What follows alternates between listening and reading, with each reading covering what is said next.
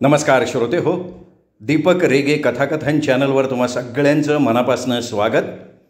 श्रोते हो, आज तुम्ही ऐकणार आहात गीताराम नरवडे यांच्या आगामी कथासंग्रहातली कथा नियती. पण तत्पूर्वी तुम्ही जर आत्ता चॅनलवर पहिल्यांदा आला असाल किंवा तुमच्याकडनं चॅनल सबस्क्राईब करायचं राहून गेलं असेल तर प्लीज चॅनल सबस्क्राईब करा, ही एकच नम्र विनंती. ऐकूयात गीताराम नरवडे लिखित नियती. श्रावण महिन्याच्या सरी अधूनमधून येत होत्या. रानोमाळ घडीत पाणी जंजाळ होत होतं. झाडांच्या पानावरून ठिबकणारं पाणी टप टप करत जमिनीवर पडत होतं आणि जमिनीवर वाहणाऱ्या पाण्यात ते मिसळून जात होतं. अधूनमधून अवखळ घोड्यागत ऊन सावल्यांचा खेळ चाललेला होता. स्नान केल्यावर स्त्रियांची कांती उजळ व्हावी तशी सृष्टी टवटवीत बनलेली होती. पडणाऱ्या श्रावणसरीत यथेच्छ न्हावून निघत होती. न्हावून निघालेलं पाणी ओघळ नाल्यातनं नदीकडे धावत होतं. डोंगराच्या कडेकापारीतून वालुंबा नदी अवखळ घोड्यागत धावत होती. भरधाव वेगानं वाहणारं पाणी आडव्या येणाऱ्या खडकावरून उंच उडी मारून अडथळ्याची शर्यत जिंकीत निघालेलं होतं. त्याचा गगनभेदी आवाज कांठाळ्या बसवत होता. नदीकिनारी सुधाकरची चिता पेटलेली होती. सभोवताली अनेक माणसं कडं करून बसलेली होती. सुधाकरची आई रखमाबाईंनी आकांत मांडला होता. विखुरलेल्या खडकावर बसून अनेक बायका डोळ्यातली आसवं पदरानं टिपत होत्या. त्याची बहीण रेश्मा दादा दादा म्हणून टाहो फोडत होती. रडारडीनं प्रत्येकाचं काळीज पिळवटून निघत होतं. खडकावरून वाहणारं पाणी त्या कोलाहलाला साथ देत होतं. सर्व वातावरण शोकमय झालेलं होतं. ज्वाळांचे लोट आकाशाला भिडत होते. करपट्ट वास सर्वत्र पसरलेला होता. 18-19 वर्षांची अनिता उठणाऱ्या ज्वाळांकडे भांभावलेल्या अवस्थेत एकटक बघत होती. तिची आई साखराबाई तिच्या जवळ बसून अनिताला आधार देत होती. अनिताच्या कानावर राहून राहून सुधाकरचे शब्द आदळत होते. अनिता, मी पुन्हा येईन आणि तुला घेऊन जाईन. काही दिवस तुला थांबावं लागन. झाला थोडा त्रास तर माझ्यासाठी सहन कर. तोच सुधाकरचा आवाज जसाच्या तसा ऐकू येत होता. तिच्या मनाची घालमेल झाली. एक एक क्षण ती आठवायला लागली. 12वीची परीक्षा देऊन अनिताचं निकालाकडे डोळे लागलेले होते. चांगल्या मार्कानं ती पास होणार याची तिला खात्री होती, पण नक्की किती मार्क मिळत आहेत हे तिला पाहायचं होतं. अनिता वर्गात अत्यंत हुशार आणि चुणचुणीत मुलगी होती. सर्व शिक्षकांची ती आवडती होती. वर्गात शिकवलेलं ती पटकन आत्मसात करत होती. अभ्यासात तरबेज असल्यामुळे ती शाळेत प्रथम क्रमांकानं तर येणार, पण बोर्डात नंबर आला पाहिजे म्हणून प्रत्येक शिक्षकाचं तिच्यावर लक्ष केंद्रित झालेलं होतं. ती रात्रंदिवस अभ्यासात गर्क झालेली होती. परीक्षेत सर्व विषयांच्या उत्तरपत्रिका सहज लिहिल्या होत्या. कुठल्याच विषयाची प्रश्नपत्रिका तिला अवघड वाटली नाही. 12वीचा निकाल अपेक्षेप्रमाणे आला. अनिता उत्कृष्ट मार्कानं पास झाली. सर्वच विषयात तिला 85 ते 90च्या पुढे मार्क मिळाले होते. अपेक्षेप्रमाणे शाळेत तर ती प्रथम क्रमांकानं पास झाली होती, पण बोर्डातही पहिला नंबर थोडक्यात हुकलेला होता. परिसरात ती कौतुकाचा विषय बनली गेली. आकाशात उंच भरारी घेण्याचं स्वप्न ती रंगवायला लागली. पुढे कुठलं शिक्षण घ्यावं याबाबत शाळेमध्ये जाऊन मार्गदर्शन घ्यायला लागली. तिच्या आनंदाला पारावार राहिलेला नव्हता. शाळेतूनच नव्हे तर परिसरातून तिच्यावर कौतुकाचा वर्षाव व्हायला लागला. तिला आभाळ ठेंगणं झालं.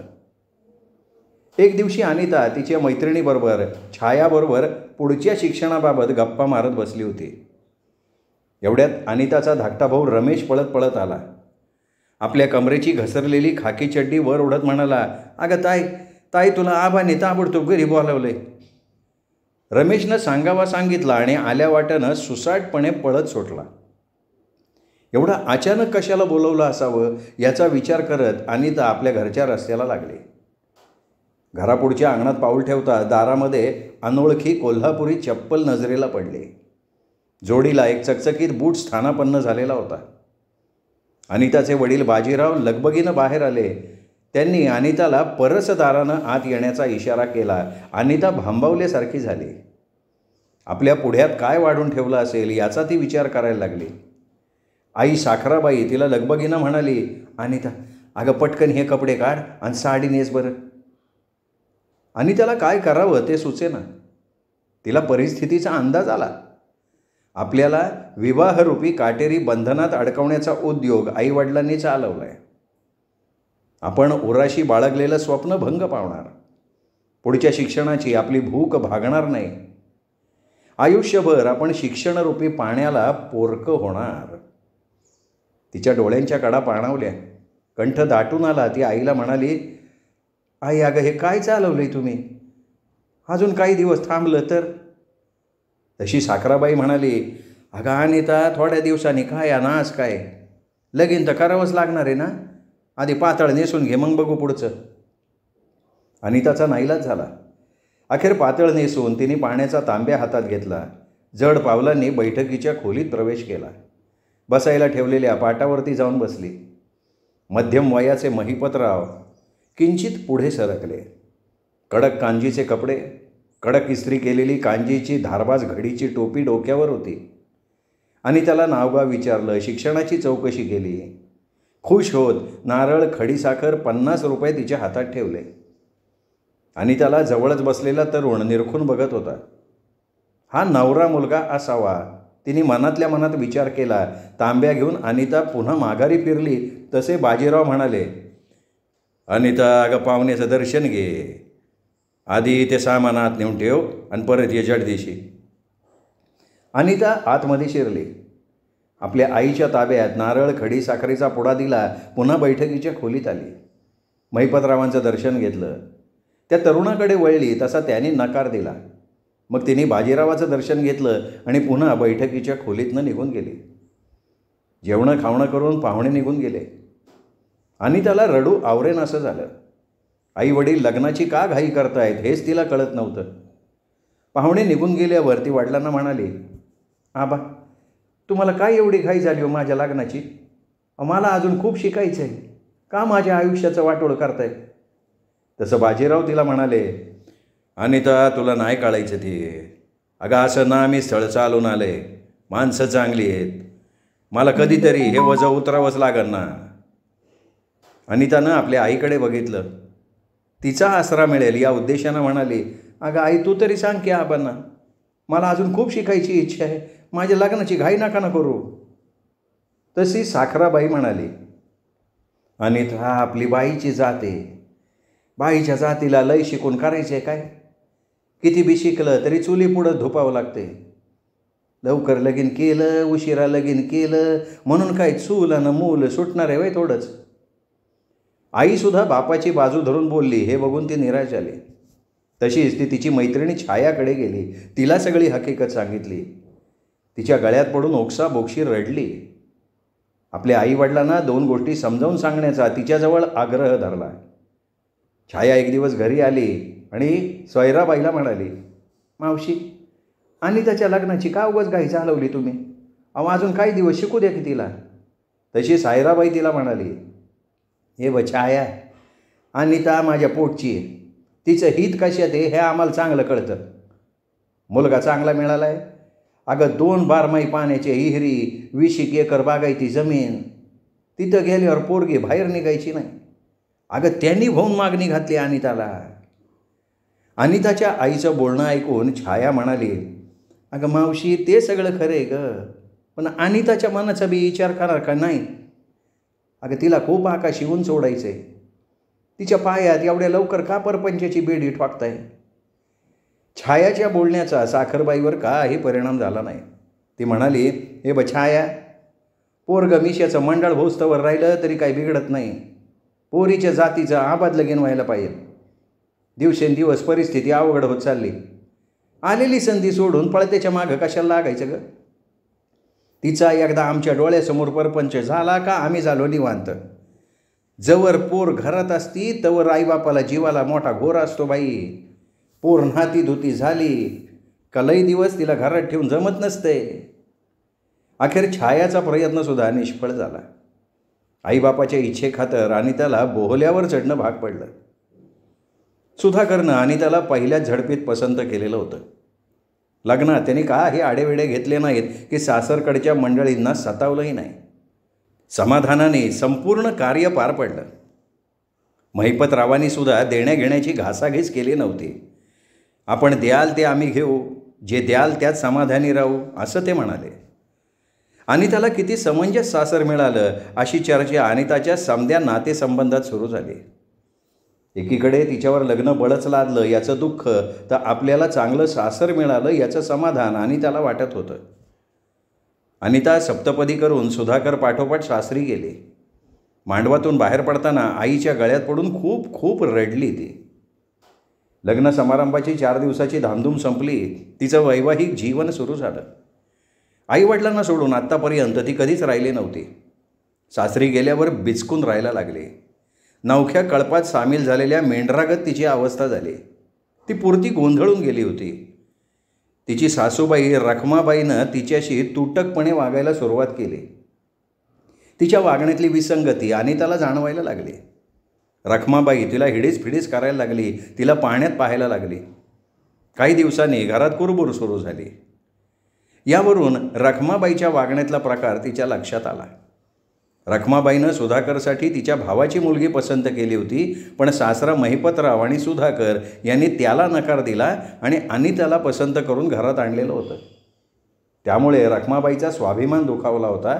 त्याचा राग ती अनितावर काढत होती. महिपतराव अनिताला धीर देत होते. सुधाकर तिला आधार द्यायचा. पण रखमाबाईला नेमकं तेच सहन होत नव्हतं. अनिता सासूचा जाच निमूटपणे सहन करत होती. आला दिवस ढकलत होती. वटपौर्णिमेचा दिवस उगवला. सुवासिनी बायका न्हावून धुवून वटवृक्षाची पूजा करायला निघाल्या. अनिता सौभाग्यवती झाल्यानंतर तिच्या आयुष्यातली पहिलीच वटपौर्णिमा होती. अनिताही तयारीला लागली. आज सकाळी दिवस उगवायच्या आत तिने न्हावून घेतलं. आपल्या सासऱ्यानं लग्नासाठी घेतलेली उंची पैठणी ती नेसली. सगळे दागिने अंगावर चढवले. कधी नव्हे ती अनिता आज सजली होती. सत्यवानासाठी सावित्रीने अनंत कष्ट सोसले होते. यमलोकी सत्यवानाला यम घेऊन चाललेला असताना आपल्या पातिव्रत्याच्या जोरावर त्याला पुन्हा मिळवलं होतं. वडाच्या झाडाखाली सत्यवानाला जिवंत केलं होतं. म्हणून स्त्रिया वडाच्या झाडाला दोऱ्याचे 7 वेढे बांधून हाच पती परत परत 7 जन्मी मिळू दे म्हणून प्रार्थना करत होत्या. मग तो पती दारुड्या असला तरी, बाहेर खेली असला तरीही. पण अनिताचा पती तर सालच होता, निर्व्यसनी होता. शिवाय सौभाग्यवतीचा सण होता तो. तीही सुवासिनी बायकांच्या सोबत वड पूजायला गेली. वडाची पूजा झाली. सुवासिनींनी एकमेकींना हळदी कुंकू लावलं. पूजेचे सर्व विधी पार पडल्यावर अनिता घरी आली. सुधाकर लिंबाच्या झाडाखाली बसून सुवासिनी बायकांसोबत आलेल्या अनिताला न्याहाळत होता. मुळातच ब्रह्मदेवानं सौंदर्य बहाल केलं होतं तिला. त्यात आज ती झकास नटलेली होती. तिच्या सौंदर्यावरनं त्रिनिकेतन ओवाळून टाकावं असं त्याला वाटत होतं. अशा सौंदर्याचा खजिना आपल्या हाती लागला याबद्दल तो मनातल्या मनात खुश होता. सुधाकर आपल्याकडे टक लावून बघतोय हे अनिताच्या लक्षात आलं. तिने स्मितहास्य केलं. तिच्या स्मितहास्यानं गालावर खळी पडली. अनिता काहीशी लाजली.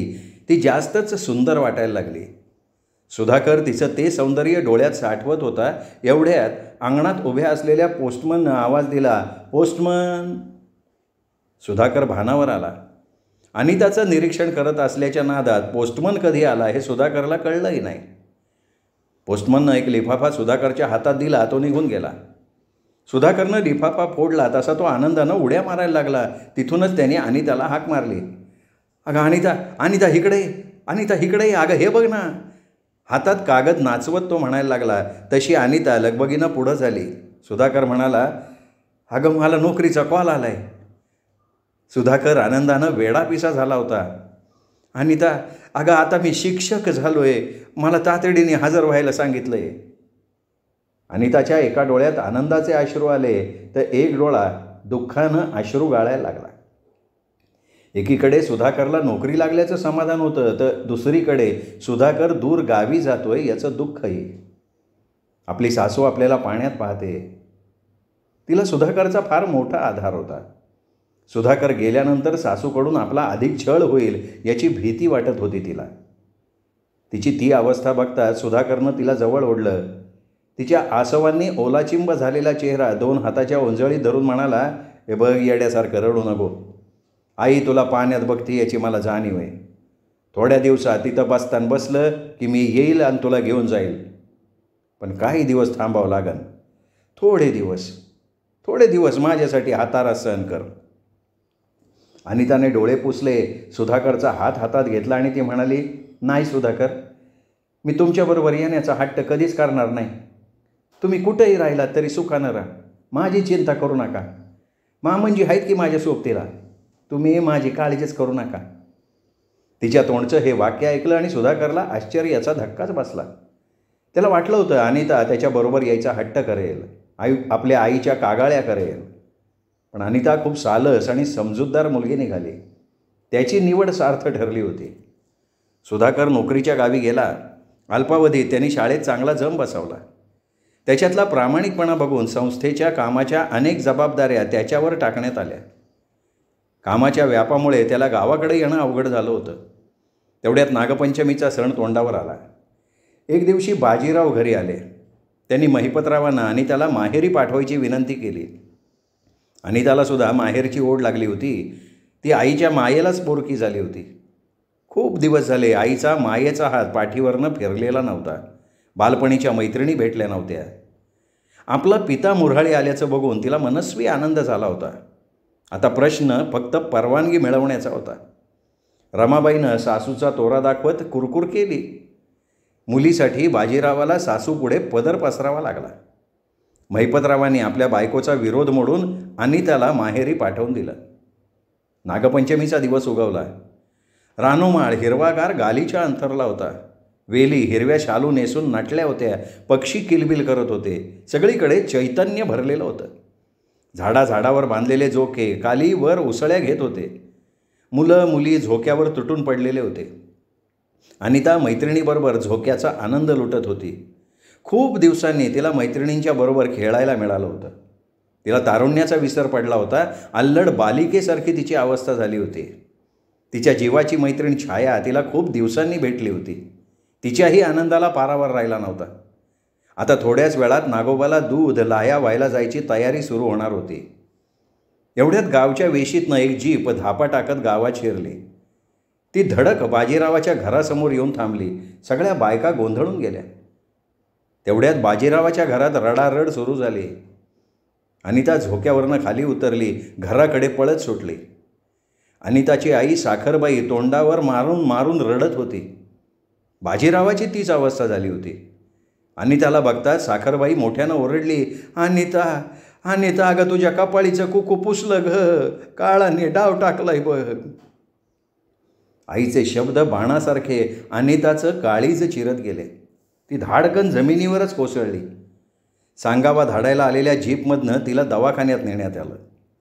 संस्थेच्या कामासाठी सुधाकर तालुक्याच्या गावी जोडीदाराबरोबर गेला होता.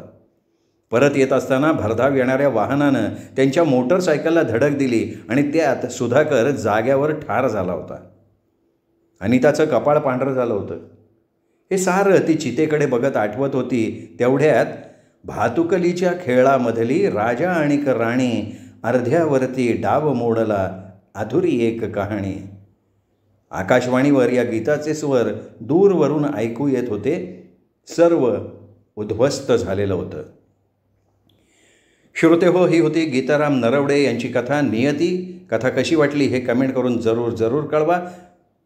ही कथेचा व्हिडिओ लाईक करा, मित्रपरिवारात नातेवाईकात शेअर करा आणि हो, चॅनल सबस्क्राईब करायचं राहिलं असेल तर प्लीज चॅनल तेवढं सबस्क्राईब करा. पुन्हा भेटूयात अशाच उत्तम कथेसह. तोपर्यंत नमस्कार मित्रहो.